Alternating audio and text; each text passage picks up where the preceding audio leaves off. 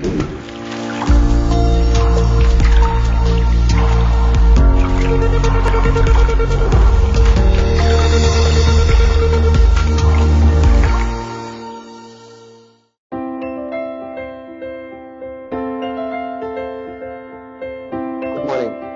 हैं आप लोग? I welcome you all again to our YouTube channel on IBF Academics. आज हम एक बात करेंगे एक जलते हुए सवाल का जो बार बार हमसे पूछते हैं। आप एक क्लिनिक में जाते हैं और वो आपको बोलते हैं कि आपका ICSI होगा। टेक्निकल टर्म है ICSI, ICSI, और साथ में बोला जाता है कि ICSI करना आपके लिए मैंडेटरी है और इसका कुछ एक्सपेंडिचर आएगा 10 to 15,000 का। You are worried, you are surprise कि क्या चीज है।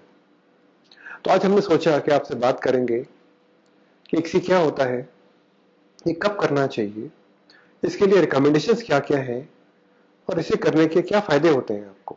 सो first of all we have to know that ICSI stands for intracytoplasmic sperm injection, और इस तरीके के अंदर हम एक शुक्राणु को एक डिम के अंदर इंजेक्ट करते हैं।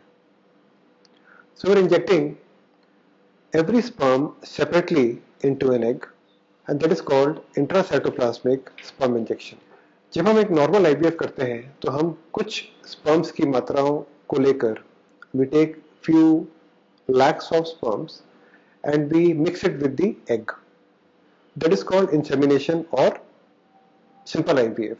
पर जब किसी कारणवश हम ऐसा नहीं कर पाते हैं and we're injecting every egg separately with a sperm by using a machine called ICSI machine, we term the whole method as ICSI or ICSI. तो आप जानना चाहेंगे क्या ICSI हमें सब में करना चाहिए? Is ICSI a safe procedure? ICSI में इतना खर्चा क्यों होता है और ICSI करने के इंडिकेशंस क्या है? जब हम एक शुक्राणु को एक डिम के अंदर इंजेक्ट करते हैं, as I told you, we call it ICSI. ये हम तब करते हैं जब एक मेल के अंदर स्पर्म काउंट की मात्रा कम रहती है, जब उनमें शुक्राणु कम होते हैं या उनमें पावर कम होती है, they are there but they are not working properly, तब भी हम ICSI करते हैं। अगर किसी मेल के अंदर, किसी आदमी के अंदर स्पर्म्स बनते ही नहीं हैं, तब हम एक छोटी सी सुई के जरिए हम स्पर्म्स निकालते हैं उनके टेस्टिस में एक प्रिक देकर, which we call it as Tessa, पीसा और मीसा।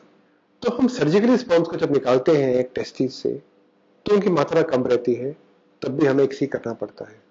अगर एक कपल के अंदर किसी को HIV है या HBsAg, इस तरह की कुछ वायरल बीमारियां होती हैं, ऐसी बीमारियां हैं, तब भी हम ICSI ही एडवाइस करते हैं।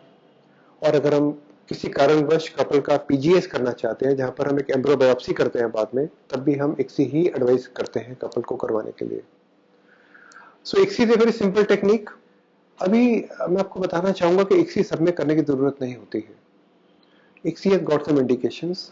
हर पेशेंट के अंदर ICSI करना गलत है और हमें करना भी नहीं चाहिए। So you must ask your doctor, is ICSI indicated in me, and in case indicated, अगर मेरे में ICSI होना है तो ICSI क्यों होना है, इसकी आपको जानकारी होनी चाहिए। ICSI करने का कुछ एडिशनल एक्सपेंडिचर हॉस्पिटल चार्ज करते हैं, then that can vary between 10 and 15,000 rupees. ICSI करने के कुछ फायदे होते हैं। ये एडवांटेजेस हैं कि जब हम ICSI करते हैं तो हम एक एग की जांच पहले से करते हैं। नॉर्मली जब भी हम IVF करते हैं तो हम एग की जांच नहीं करते हैं, डिम की जांच नहीं करते हैं, और हम डिम को और शुक्राणुओं को आपस में मिला देते हैं। और जब हम ICSI करते हैं तो हम एक डिम को क्लीन करते हैं, उसके ऊपर एक मेम्ब्रेन होती है, उसे निकालते हैं, तो हम जान पाते हैं कि जो कंडीशन है, जो मेच्योरिटी क्या है, जो मेच्योरिटी है डिम की, वो कितनी है। So ICSI is a very good technique to know the maturity of the egg and to know the maturity of the sperm, and outcome is definitely very good, though it is labour intensive. ICSI करने में कुछ expenditure ज्यादा होता है। आखिर में आप हमसे जानना चाहेंगे कि ICSI करने पे कुछ गारंटी है सक्सेस की, या ICSI करने से मेरा सक्सेस रेट बढ़ेगा? तो आपको ये समझना है कि ICSI और IVF के सक्सेस रेट के अंदर कुछ खास अंतर नहीं है। ICSI का सक्सेस रेट तभी बढ़ता है जब हमारे पास जो मेल पार्टनर है उसके अंदर मेल फैक्टर इनफर्टिलिटी होती है। अगर स्पर्म काउंट कम है अगर sperms are weak, they are not mature, या उसमें स्पर्म्स है ही नहीं, in this conditions ICSI will give us a better outcome. अगर किसी लेडी के कम अंडे बनते हैं, she is a poor responder, और उनमें जो वैल्यू है हार्मोन्स की वो बढ़ी हुई है और उनमें AMH कम है, और हम सिर्फ 2 या 3 ही एग निकाल पाते हैं उनके अंदर जब हम उनका पिकअप करते हैं, ऐसे केसेस के अंदर एक्सी हमें हमेशा बेनिफिट देता है. बट एक नॉर्मल कपल के अंदर अगर हम कंपेयर करते हैं IVF और एक्सी को, तो दोनों का success rate is nearly equal. And in the and many people ask, आप भी जानना चाहेंगे, क्या एक्सी करने से होने वाले बच्चे को क्या कुछ शारीरिक बनावट में प्रॉब्लम आती है? जब हम एक एग को इंजेक्ट करते हैं स्पर्म के साथ, क्या बेबी के अंदर कुछ डिफॉर्मिटी होने का चांस बढ़ता है? So now we have enough data that it doesn't make much of difference. Multiple data हैं, मल्टीपल स्टडीज हैं, और सारी ये बताती हैं कि एक्सी करने से किसी भी होने वाले बच्चे के अंदर शारीरिक बनावट के अंदर जो नॉर्मल पॉपुलेशन है, अगर हम उनसे कंपेयर करें तो उनसे ज्यादा डिफॉर्मिटीज नहीं आती है. So in the end I will like to tell you, मैं समराइज करना चाहूंगा ये कहकर कि जब भी किसी मेल के अंदर स्पर्म काउंट की मात्रा कम है, या स्पर्म्स वीक है, या नंबर ऑफ एग्स जो हम रिट्रीव करते हैं वो कम होते हैं, या फिर when we are dealing with the case of azoospermias, इन सब केसेस के अंदर हमें एक्सी करना चाहिए. XC will give us a better outcome, better success rate by around 10 to 15 or 20% or even more.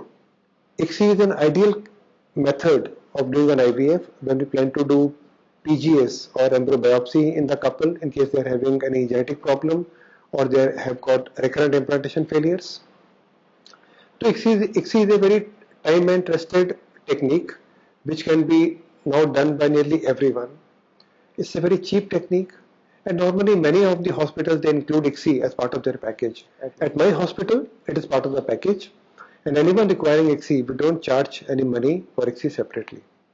Thank you so much for giving me this patient hearing, और मुझे पूरा भरोसा है कि इस वार्तालाप से you'll definitely get some information more, and this will help you in your treatment better. अगर आप अभी भी कुछ चीज जानना चाहें, आप कुछ information ज़्यादा चाहते हैं हमसे, you can always call us, you can contact us, and we'll be very happy to take your queries.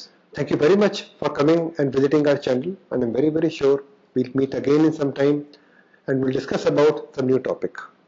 Thank you so much. अपना ध्यान रखें and keep safe from COVID. शुक्रिया, धन्यवाद.